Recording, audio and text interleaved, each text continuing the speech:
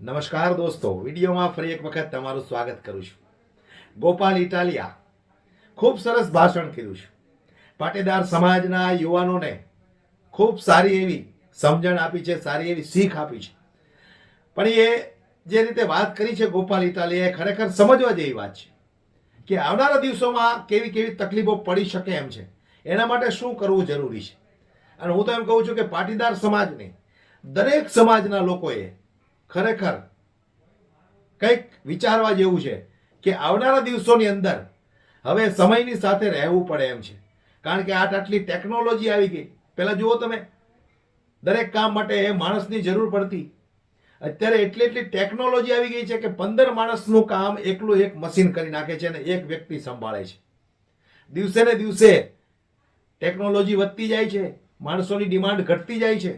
પણ એવા ઘણા બધા કામો છે કે જ્યાં માણસની જરૂર પડે ને પડે જ. આવી ખૂબ સરસ વાતો કરી છે ગોપાલ ઇટાલિયાએ. થોડો સમય કાઢીને સમજજો.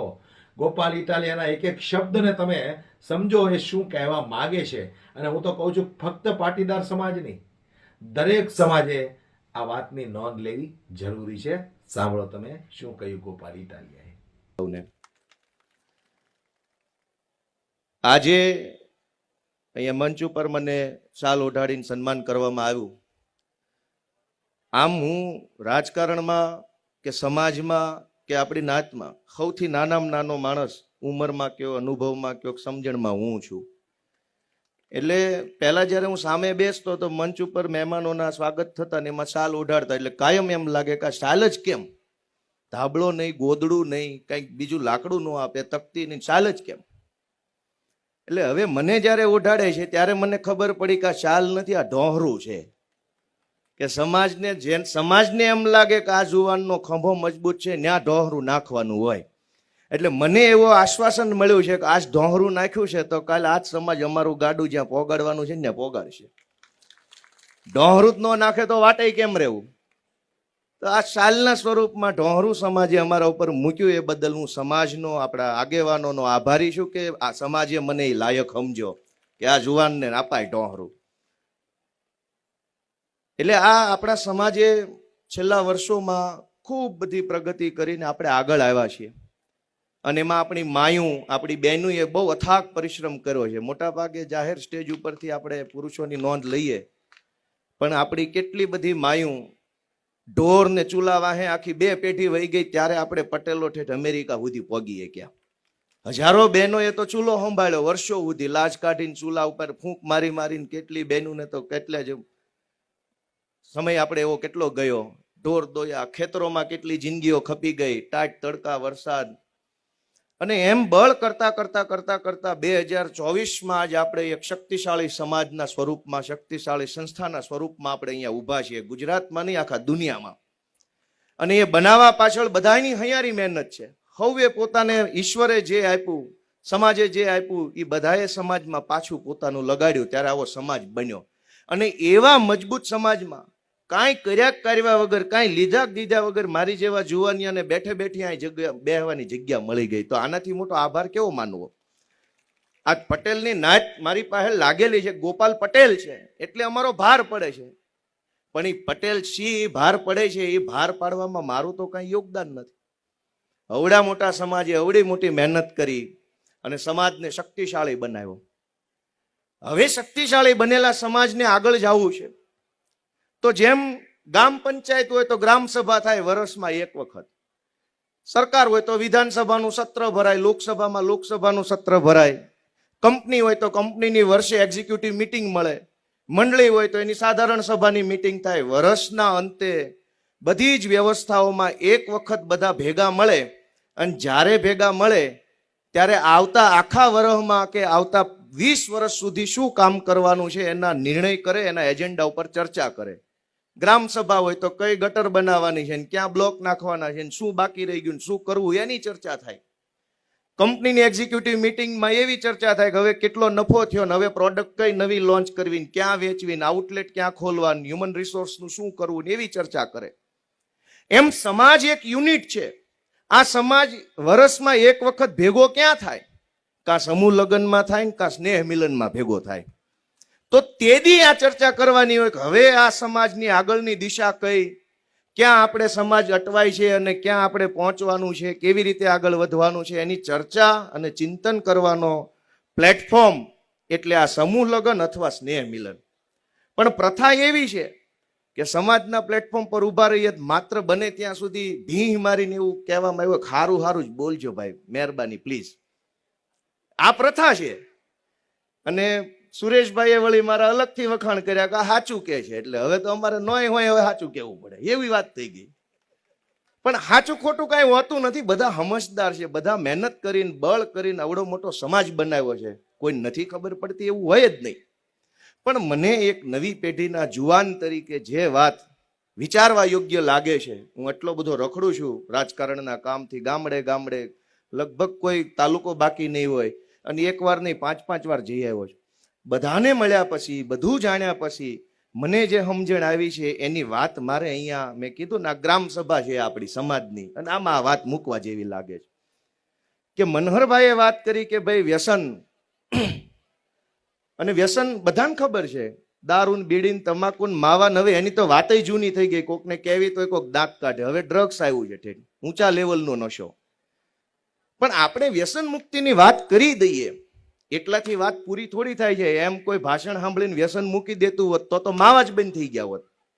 બહુ બધાએ માવા ઉપર ભાષણ આપ્યા, પણ માવા વધ્યા છે અને માવાની એક આખી ઇકોનોમી બની ગઈ છે, કરોડો રૂપિયાનો ધંધો છે. હવે માવા બંધ થાય તો ધંધો બંધ થાય એવું છે.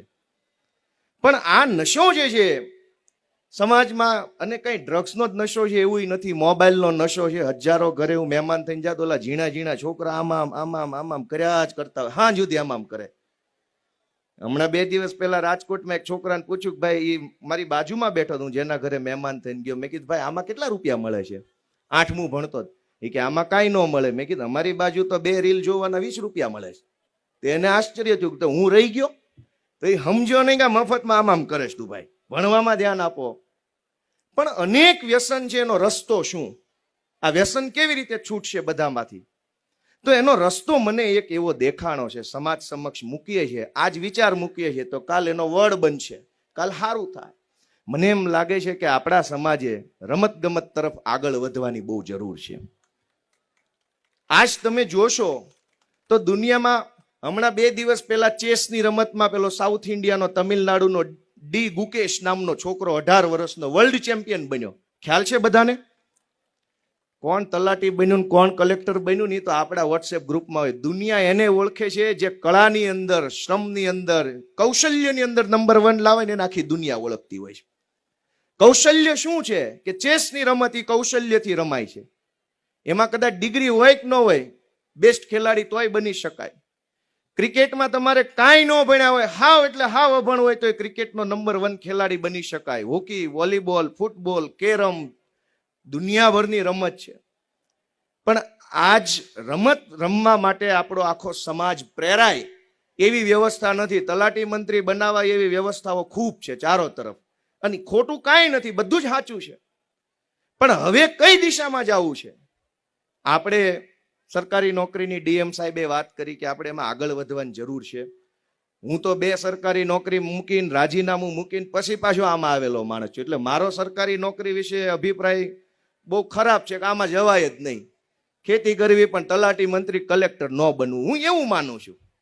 કેમ કે આખા કરોડો લોકોના સમાજમાં ભણે ગણે બુદ્ધિથી વાંચવા લખવામાં જે સૌથી હોશિયાર વિદ્યાર્થી હોય એને તલાટી બનાવી દેવાનો, કે એને મોટા કામમાં લગાડવાનો. જેની બુદ્ધિ મોટી, જેનું જ્ઞાન મોટું, એને કામ મોટું આપવું પડે. એક નાના જિલ્લામાં નાની સિસ્ટમમાં બેહાડી દઈએ તો સમાજનું નુકસાન છે. એટલે હું એમ માનું છું કે આપણી પાસે હવે ઘણી વ્યવસ્થાઓ થઈ છે. આપણા છોકરાઓ રમત ગમતમાં આગળ વધે.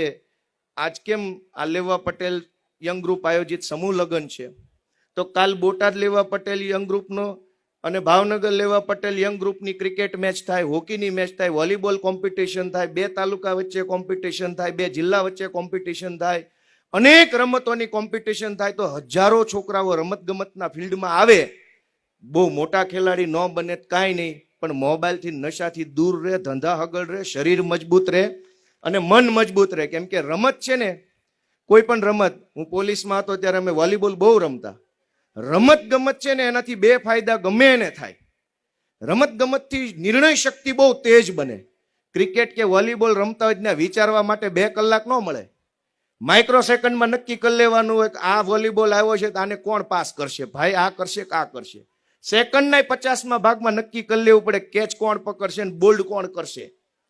રમત ગમતની અંદર માણસ જેટલું ધ્યાન આપે એટલી તેજ એની નિર્ણય શક્તિ બને. અને બીજું કે ગમે એવી રમત હોય પૂરી ન થાય ને ત્યાં સુધી કોઈ ખેલાડી ક્યારે છોડતો નથી. ખબર હોય હારી જવાના તો એ દડા નાખ્યા જ કરે. એનો મતલબ એમ કે મનોબળ મક્કમ બને, દ્રઢ બને. અમારી જેવું અમે હારી ગયા પણ તોય રમ્યા જ કરીએ છીએ. આ મનોબળ મળે આપણને. આજ ઘણા લોકો હિંમત હારી જાય છે, ધંધામાં નિષ્ફળ જાય, ટકા બરાબર ન આવે, ઘર પરિવારમાં કંકાસ થાય, પતિ પત્નીનું રાગે ન પડે તો હિંમત હારી જાય, મનોબળ હારી જાય. કોઈ વ્યસનના રવાડે ચડી જાય, કોઈ ગુનાખોરીના રવાડે ચડી જાય, કોઈ આત્મહત્યા કરે. આવું શું કામ થાય છે? મનોબળ હેઠું પડી જાય છે, નિર્ણય શક્તિ નથી મળતી. આપણા હજારો યુવાનોને કોઈ સચિન બચિન ન બને કાંઈ વાંધો નહીં, પણ નિર્ણય શક્તિ સારી બને, મનોબળ મજબૂત બને. એ માટે આખા સમાજે વિચારવું પડશે કે આપણા જેટલા પણ નવી પેઢીના યુવાનો છે એના માટે આપણે રમત ગમતના ગ્રાઉન્ડો બનાવીએ અને અનેક રમતની અંદર આપણા છોકરાઓ રોજ રાત્રે 2-2 કલાક રેમા કરે ને એવું કંઈક કરીએ તો મને એમ લાગે છે કે મોબાઈલના, ડ્રગ્સના, પાન બીડીના વ્યસનથી 2 કલાક પૂરતો માણસ આગો રહેશે. અને આપણે આજે વિચાર લઈને જઈશું, કાલે એની શરૂઆત કરીએ અને મજા જુઓ કે અનેક લોકો હું સમાજમાં જાઉં છું તો મળે છે કે ભાઈ હું છોકરો કરે છે તો કે CA નું કરે છે, MBA નું કરે છે, કોમ્પ્યુટરના ક્લાસ કરે છે, લેંગ્વેજ શીખે છે, કોડિંગ સોફ્ટવેર બનાવવાનું શીખે છે. પણ આપણને કેમ એવું લાગે છે કે બધા છોકરા કોમ્પ્યુટર એન્જિનિયર જ બનવા જોઈએ, બધા છોકરા એન્જિનિયર જ બનવા જોઈએ, આર્કિટેક્ટ જ બનવા જોઈએ? કેમ કવિ કેમ ન બનવો જોઈએ કોઈ? આ આપણા એન્કર છે એ જેટલી વખત ઉદાહરણ આપ્યા, વાત કરી, એને કવિઓની, સાહિત્યકારો, લેખકોના ઉદાહરણ આપ્યા છે, કલેક્ટરોનું ઉદાહરણ નથી આપ્યા. મને રજૂ કરતા પહેલા મિલિંદ ગઢવીનો શેર કીધો છે. એમ નથી કીધું જામનગરના 1982ના કલેક્ટરે કહ્યું છે કે, અને એ વાત કહીને પછી મને રજૂ નથી કર્યો. પણ મિલિંદ ગઢવીને શેર કહીને કીધો. એનો મતલબ એમ કે એક કવિની કવિતાના શબ્દો પણ સમાજની સેવા કરી શકે ને સમાજને રસ્તો બતાવી શકે છે. કાંઈ એન્જિનિયરો જ બધું કરશે એવું નથી. આ બોટાદના કવિ બોટાદકર, જનનીની જોડ સખી નહીં જડે, આમ સાંભળીએ તો ગદગદ થઈ જાય માણસ અંદરથી. આમાં માણસને ભાવના જાગી ઉઠે.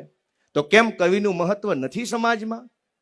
કવિ બોટાદકર આ દુનિયામાંથી વહી ગયા, એને વર્ષો થઈ ગયા, છતાંય દરેક પ્રસંગમાં, દરેક ઘટનામાં કવિને યાદ કરવામાં આવે. યા તો લેખકને યાદ કરવામાં આવે. અને દુનિયામાં જેને જેને યાદ કરવામાં આવે છે એ ભારતના હોય કે વિદેશના હોય, સારી ઘટના હોય કે ખરાબ હોય, રાજનીતિનું પ્લેટફોર્મ હોય કે ધર્મનું, દાખલા જેના દેવાય છે એ કાં કવિ હોય, કાં લેખક હોય, કાં સંગીતકાર હોય, કાં નૃત્યકાર હોય, કાં રમત ગમત વાળો હોય. કલેક્ટરોના, મામલતદારોના, ટીડીઓના દાખલા ન હોય કોઈ દિવસ. એ એનું સમાજમાં માધ્યમ છે, એ ખોટું નથી. પણ સમાજની સેવા એક કવિ એના કવિતાના શબ્દોથી કરે. ઝવેરચંદ મેઘાણી એણે એવી ક્રાંતિકારી કવિતાઓ અંગ્રેજોના જમાનામાં લખી કે આખા દેશમાં ક્રાંતિ લાગી ગઈ. લોકોના દિલમાં એ શબ્દો વાગ્યા. કવિની કવિતાના શબ્દો લોકોના દિલમાં વાગ્યા અને લોકો આઝાદીની લડાઈ માટે ઉમટી પડ્યા. અને અંગ્રેજોએ ઝવેરચંદ મેઘાણી ઉપર રાજદ્રોહનો ગુનો દાખલ કર્યો અને ધંધુકાની બાર જે ઓલા નાળા હેઠે સર્કિટ હાઉસ આવેલું છે ત્યાં અંગ્રેજોની અદાલત હતી, એમાં ખટલો ચલાવ્યો અને સજા આપી. એક કવિની કવિતાથી આખા દેશમાં મોટી ક્રાંતિ ફેલાઈ શકે છે. લેખકની એક નાની એવી વાર્તાથી સમાજને 100 વર્ષનું ભાથું મળે, રસ્તો મળે હાલવાનો. મારું એવું આપણું વિનંતી છે બધા આપણા યુવા દોસ્તોને, માતાઓ બહેનો, કે પરાણે પરાણે ધક્કા મારીને, ભીહ મારીને બધાને એન્જિનિયરો, કોમ્પ્યુટર કોડિંગ ને CA ને MBA ને CPC ને આખી ABCD તરફ ન મોકલવા જોઈએ. એ કારણ વગરના અહીંયા લાઈનમાં ઊભા હોય. આપણે તો કોકના ઘરે મહેમાન થઈને ગયા હોય એટલે જાજુ બોલાય નહીં, પણ જે એમ કે હું કોમ્પ્યુટરનું શીખું છું 4 પ્રશ્ન પૂછીએ તો માણસ ગૂંચવાઈ જાય છે. મેં ઘણાને કહેવા જેવી જગ્યાએ કીધું કે ભાઈ આમાં તમારો સમય, બાપાના રૂપિયા બગડે છે. 4 વર્ષ ભણીને પછી બહાર આવશો ને ત્યારે હાથમાં ડિગ્રીના કાગળિયા સિવાય કાંઈ નહીં હોય. કેમ કે દુનિયા કઈ દિશામાં જાય છે? દુનિયા કૌશલ્યની દિશામાં આગળ વધી. કૌશલ્ય એટલે અંગ્રેજીમાં સ્કિલ. આજ AI આવ્યું છે, આર્ટિફિશિયલ ઇન્ટેલિજન્સ. આર્ટિફિશિયલ ઇન્ટેલિજન્સ માણસની જરૂર ઓછી કરવાનું કામ કરે છે. જ્યાં અત્યારે માણસ છે ત્યાં મશીન આવશે, જ્યાં માણસ ત્યાં મશીન, જ્યાં માણસ ત્યાં મશીન આવશે. અનેક વસ્તુઓ એઆઈ થી થવા લાગી છે. અને એઆઈ આવશે તો ગમે એવું ભણેલો માણસ હશે એનું કામ શું છે? જ્યારે મશીન મારું કામ કરી દેતું હોય તો માણસને શું કામ હું ભાડે રાખું? તો હવે માણસે શું કરવાનું? કૌશલ્ય વિકસાવવું પડશે, હાથનું હુનર. આપણી દેશી ભાષામાં જેના હાથમાં હુનર હશે એ માણસ ટકશે આ વ્યવસ્થામાં. હુનર વગરનો માણસ ગમે એવી ડિગ્રી વાળો હશે ફેંકાઈ જવાનો છે. દુનિયા એ દિશામાં આગળ જઈ રહી છે. ત્યારે હુનરવાળા વ્યવસાયો કે જેમાં હાથની અને બુદ્ધિની જરૂર છે, જેમાં હુનર નહીં હોય ત્યાં મશીન. આપણે બધા હીરાના વ્યવસાયમાં જોડાયેલા છીએ. વર્ષો પેલા લોઢા ઘહી ઘહી ઘહી ઘહીને એક પેઢી છોલાઈ ગઈ આખી. અને આજ કેવા મશીન આવી ગયા હીરામાં આખો. અને હીરામાં મશીન ક્યાં, હીરો જ આખો નવો આવી ગયો, ડુપ્લિકેટ. આમ અસલ ને આમ ડુપ્લિકેટ. તો આર્ટિફિશિયલ ઇન્ટેલિજન્સ, સાયન્સ, ટેકનોલોજી એટલું આગળ વધે છે કે માણસની જરૂર જ નહીં પડે. રત્ન કલાકારો આજે પરેશાન છે. શું કામ? કે પહેલા ઘાટિયાની જરૂર પડતી. આજે એક મશીન હાન થાય તો 1000-2000 ઘાટ કરી નાખે છે. આમ શરીર ઓલું એને કેવું મશીન કહેવાય? કોપર, હોર્પી. પેલા ઘાટી આખો દી દંડો આમ કરતા, ત્યારે માણ હાંજ પડે 20 હીરાનો ઘાટ કરતા. દંડો ઠપકારતા જાય ને ઘાટ કરતા જાય ને પછી લોઠું ગરમ કરી આમ છુમ છુમ કરતા હતા. મેં જોયેલા, હું સિંગલમાં બેહતો ત્યારે. આજ કેવા મશીન ને કેવું આવી ગયું, માણાની જરૂર ઘટી. હું એમ કહેવા માંગુ છું કે આપણે આ આપણી સમાજ સભા, મેં કીધું ને લોકસભા, વિધાનસભા, એમાં સમાજ સભા આ નક્કી કરવાનું, ઠરાવ પસાર કરવાનો છે મનનો, વિચારનો, કે હવે પછીનો જમાનો જેવો આવવાનો છે એની તૈયારી અત્યારથી આપણે મગજથી રાખીએ તો ટકી રહેશું. જ્યાં માણસ ત્યાં મશીન આવવાનું છે, પણ એવા અનેક કામ છે જ્યાં મશીન આવશે તો પણ માણસની જરૂર રહેશે. એવા અનેક કામ છે જે આપણે શીખવા પડશે. તબલા કોઈ દી મશીન ન વગાડે, અને માણસ વગાડે તો એ મધુરા લાગે. વાંસળી મશીન ન વગાડે, એ તો માણસ વગાડે તો મધુરી લાગે. પણ એ કૌશલ્ય છે, કળા છે, સ્કિલ છે, આવડત છે. આપણે આપણા બાળકોને કળાની દિશામાં, કૌશલ્યની દિશામાં આગળ વધારવા પડશે. જ્યાં હાથના હુનરની, દિમાગની જરૂર પડે એવી દિશામાં આગળ લઈ જશું તો છોકરાય ટકી રહે, સમાજે ટકી રહે ને વાંધો નહીં આવે. અને એવી રીતે આગળ વધવા માટે કે આપણે બધાને એન્જિનિયર, ડોક્ટર, આ તે એની પ્રેરણા આપીએ. સમાજના મંચ પરથી એવું ભાષણ કરીએ કે ભાઈઓ, આપણે આ સંસ્થા ખોલી છે, એમાં તલાટીના ક્લાસ મફતમાં નિઃશુલ્ક કરાવવામાં આવે છે. એમાં પીએસઆઈ, યુપીએસસી, જીપીએસસી નું માર્ગદર્શન આપવામાં આવે છે. આવું બધું ઘણું થાય. કંઈક રાજકારણમાં આવવાનું, કંઈક વ્યવસ્થા ગોઠવાય તો અમારા જેવાય થાળે પડે. ભાઈ બધા તલાટી બની જાય, સમાજની આગેવાની કોણ કરશે? આ ચિંતાનો વિષય છે કે નહીં? હું હાથ જોડીને કહું છું, એ છે કે નહીં?